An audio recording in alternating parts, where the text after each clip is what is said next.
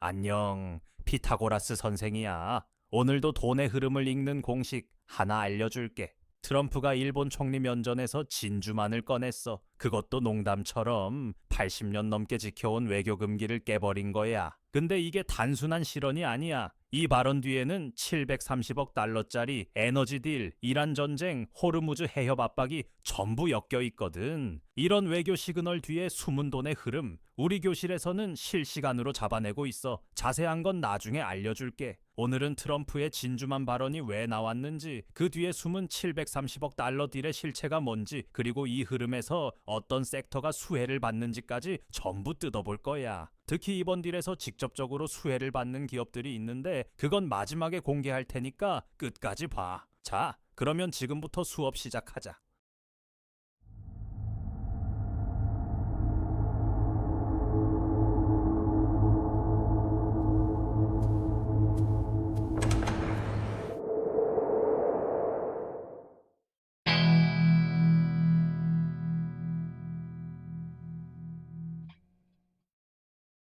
자, 1교시 시작할게. 트럼프의 진주만 발언, 왜 나왔고 뭐가 문제인지 지금부터 알려줄 테니까 잘 따라와. 장면을 그려볼게. 백악관 오벌오피스, 트럼프 대통령과 다카이치 산의 일본 총리가 나란히 앉아 있었어. 기자가 질문을 던졌어. 왜 이란 공습 계획을 일본 같은 동맹국에 미리 알리지 않았느냐고.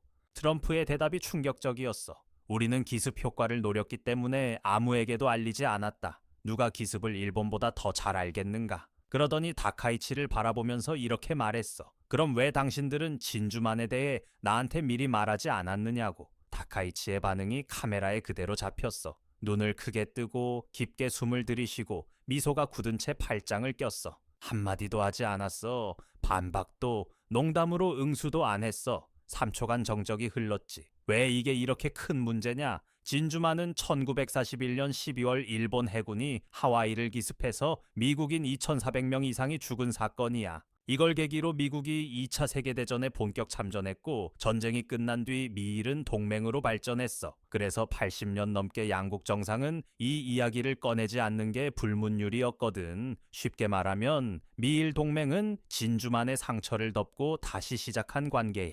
1951년 안보조약을 맺으면서 냉전을 같이 버텼고 일본은 경제 파트너로 성장했어. 지금도 미군 5만 명이 일본에 주둔하고 있거든. 그만큼 깊은 관계라는 거지. 트럼프가 이걸 농담 소재로 꺼낸 거야. 오바마는 히로시마를 방문해서 화해의 메시지를 보냈고 아베는 진주만 추모관을 찾았어. 그런데 트럼프는 동맹국 총리 면전에서 너희가 기습을 더 잘한다며 웃긴 이야기처럼 던진 거지. 80년짜리 외교 관례가 한 문장에 깨진 거야. 근데 여기서 중요한 건 이게 단순한 실언이 아니라는 거야. 트럼프가 이란 기습의 정당성을 설명하면서 일부러 끌어온 거거든. 동맹국의 사전 통보 없이 전쟁을 시작한 걸 진주만에 비유하면서 은근히 일본에 메시지를 보낸 거야. 너희도 호르무즈 해협에 나와라. 이런 압박이지. 근데 이 압박 뒤에 730억 달러짜리 거래가 숨어 있어. 이건 2교시에서 뜯어볼 테니까 기다려. 자, 2교시 들어간다. 730억 달러 에너지 딜. 이 숫자가 왜 나왔고 뭐가 들어있는지 핵심을 뜯어보자.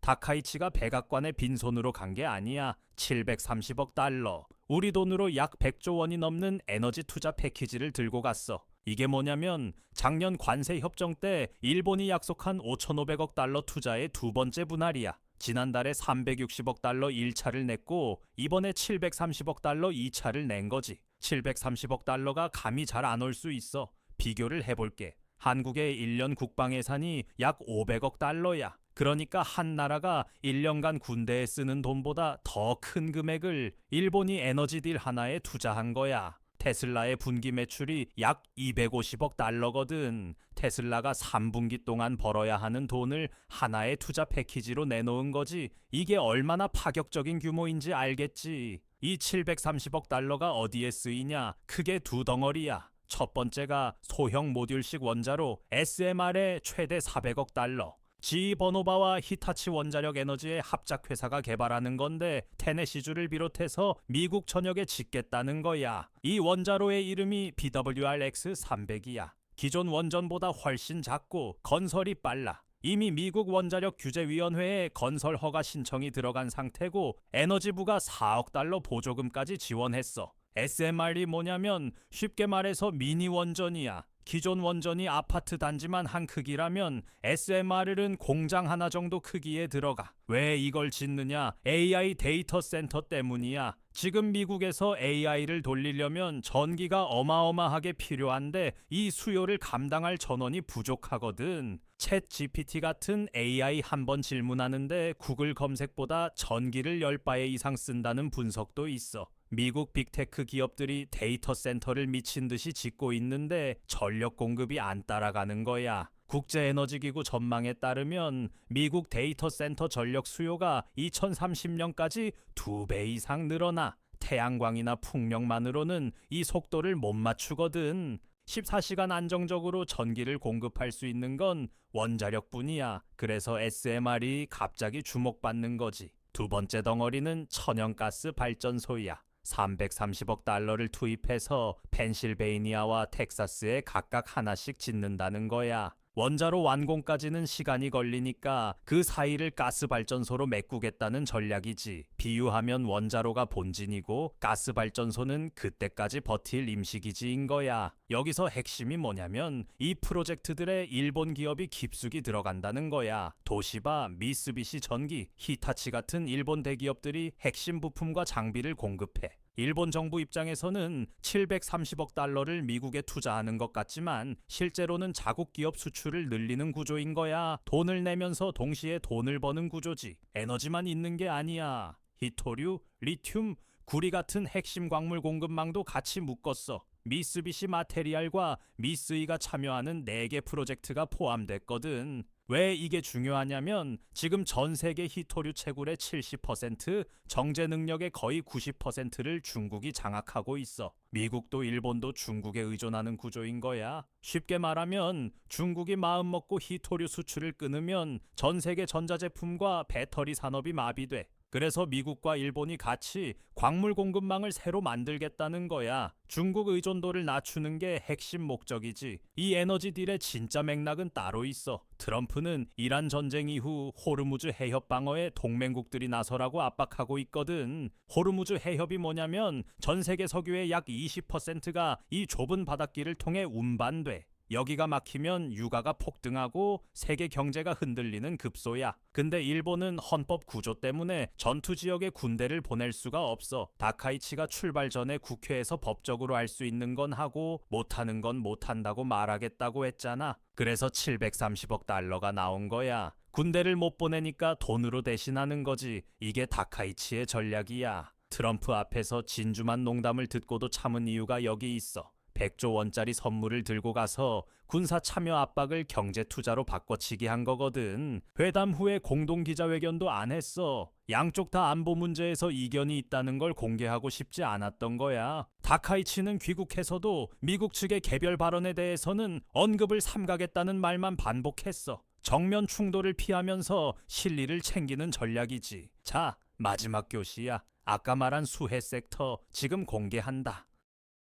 730억 달러가 어디로 흘러가는지 봤잖아. 크게 4가지 섹터야. 원자력 SMR, 천연가스, 핵심 광물, 그리고 AI 인프라. 이 중에서 가장 직접적인 수혜를 받는 건 GE 버노바야. 히타치와 합작으로 400억 달러짜리 SMR 프로젝트를 따냈으니까. 그리고 도시바, 미쓰비시 전기 같은 일본 부품 공급사들도 주목할 필요가 있어. 핵심 부품을 납품하는 회사들이거든. 개별 종목에 투자하기 부담스러우면 ETF로 접근하는 방법도 있어. 우라늄 관련 ETF로는 URA나 URNM이 있고 핵심 광물 쪽으로는 IREMX나 LIT 있어. 이런 ETF는 한 종목에 올인하는 리스크를 줄여주니까 섹터 전체의 성장에 베팅하고 싶을 때 좋은 선택이야. 근데 여기서 한 발짝 더 나가서 큰 그림을 봐야 해. 이번 딜은 일본만의 이야기가 아니야. 전 세계적으로 SMR, 소형 모듈식 원자로가 트렌드가 되고 있어.